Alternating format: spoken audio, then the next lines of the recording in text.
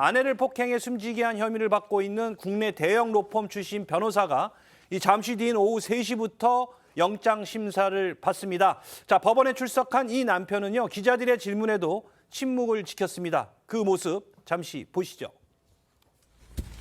아내분 왜 살해하셨나요? 혐의 인정하십니까? 우발적 범행이었나요? 신고하시고 집에선 왜 나가신 거예요? 범행 후에 어디에 있었어요? 범행 후에 나가서선 뭐 하신 거죠? 가족들에게 할 말 없으세요? 마지막일 텐데 한마디만 해주시죠. 마지막으로 해주세요. 자, 지금 법정 구속을 위해서 법원으로 가는 길에 지금 기자들이 여러 가지 질문을 했습니다. 마지막에 아내에게 하신 말씀 없습니까? 했때 아내에게 미안하다는 사과조차 없었는데, 자, 다만 이 아내를 숨지게 한 남편의 일부 진술이 또 보도를 통해서 공개가 됐습니다. 자, 이 범행에 사용했다는 둔기의 정체가 고양이 장난감이었다고요? 네, 부부싸움 도중에 아내를 둔기로 때려 숨지게 한 혐의로 긴급 체포된 이 미국 변호사는요, 경찰 조사에서 아내를 고양이 장난감으로 한 번 때렸다 이렇게 진술한 것으로 전해졌습니다. 그런데 실제 사건 현장에서는 약 35cm 길이의 둔기가 발견이 됐는데 이 해당 둔기는 한쪽은 플라스틱, 한쪽은 이 쇠로 돼 있는 금속 재질의 막대였고요. 혈흔도 묻어 있었다고 합니다. 다만 경찰은 이 고양이 장난감으로 때렸다는 남편의 진술과 관련해서는 사실 여부를 공식 확인해주지는 않는 상태고요. 오로지 범행에 사용된 둔기는 금속 재질의 막대다라고 설명하고 있습니다.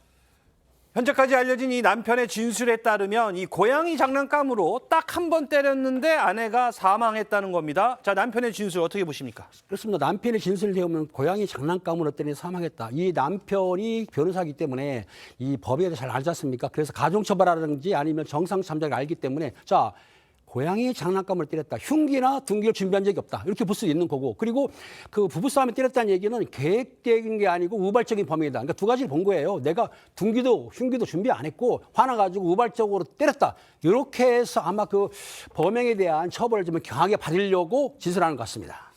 자, 아직 수사가 진행 중이긴 하지만 이 남편의 진술과는 다소 다른 또 이 국가수의 소견도 나왔는데, 자, 이 아내가 사망한 원인이 다른 데 있을 수도 있다고요? 이 남편의 주장은 고양이 장난감으로 1회 아내를 가격을 했는데 아내가 결국 숨졌다 이런 주장 아니었겠습니까?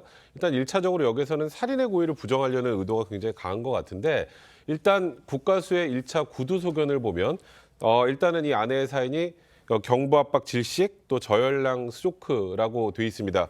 아주 쉽게 말하면 목 졸라서 사람을 살해한 것으로 보인다는 취지입니다.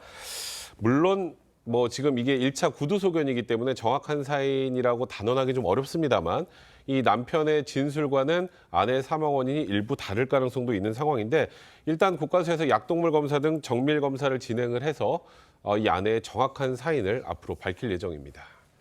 아내의 사인과 관련해서 또 의심스러운 또 다른 정황들도 알려졌습니다. 이 폭행이 이루어진 시간과 체포된 시간 사이 약 2시간 가까운 텀이 벌어지는데요. 자, 이 시간 동안 뭘 했다고 합니까? 그러니까 이 부분이 이 사건에서는 굉장히 수사를 통해 밝혀져야 될 부분은 분명해 보입니다. 일단 우선 알려진 바에 따르면 남편은요, 지난 3일 저녁 7시 49분경에 신고를 했습니다. 아내가 머리를 다쳤다 이렇게 신고를 한 건데요. TV조선의 취재에 따른다면 현장에 도착한 경찰이 출동을 하고 보니까 집에 남편은 없었고요. 남편의 아버지만 있었다라고 합니다. 그리고 신고를 하고 나서 한 1시간 정도 있다가 남편은 자신의 변호인을 대동하고 도착을 했고요. 저녁 9시 30분경, 그러니까 신고 시간으로부터 거의 2시간 가까이 된 후에야 경찰에 체포가 된 겁니다. 그렇기 때문에 경찰 관계자는 소방에 신고하고 하기까지의 모든 시간적인 텀이 있기 때문에 이 부분을 좀 더 수사를 해봐야 되겠다라는 취지로 보이고요.